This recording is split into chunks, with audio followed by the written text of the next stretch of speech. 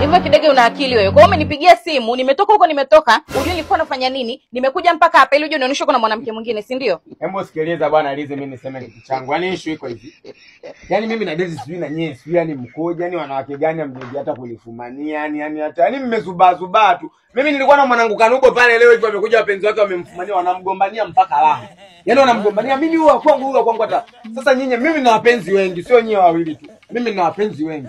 Lakini sasa nyie hata mjaji mnifuatilia mjui. Sasa mimi ndo maana nimekaa hapa nikaona kama Kanubo amemgombania hadi lana, mimi nimekupigia simu ili uje. Lakini bado umefika, badili ufike hapa, unatakiwa uliamishe dude. Inatakiwa ufike umkwide huyu, umpige hata kichwa umwambie, "Ona kimbia na bwana yangu." Wewe unafika tunaanza kunalalamikia mimi. Na wewe hivyo mpumbavu, huyo anafika. Badili afike uanze kumwambia, "Unaingia kwa bwana wangu ni umpige hata ngumi." Wewe unafika tena tunaona anza kunanyongonyea tena yani mimi. Hivi wewe uko sawa kweli? Sio niko sawa, hebu angalia.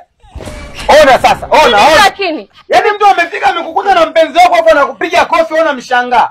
Dada hivi kweli tuna date na mtu ambaye ana akili timamu? Leo ndo nimejua kwamba tuna date na chizi. Hapo wewe una akili Kidege. Mwambie wewe ndo una akili. Mwambie huyu huko ndo ananoga. Yaani mimi nachotaka ni yani nigombanie ni wewe unasema hivi.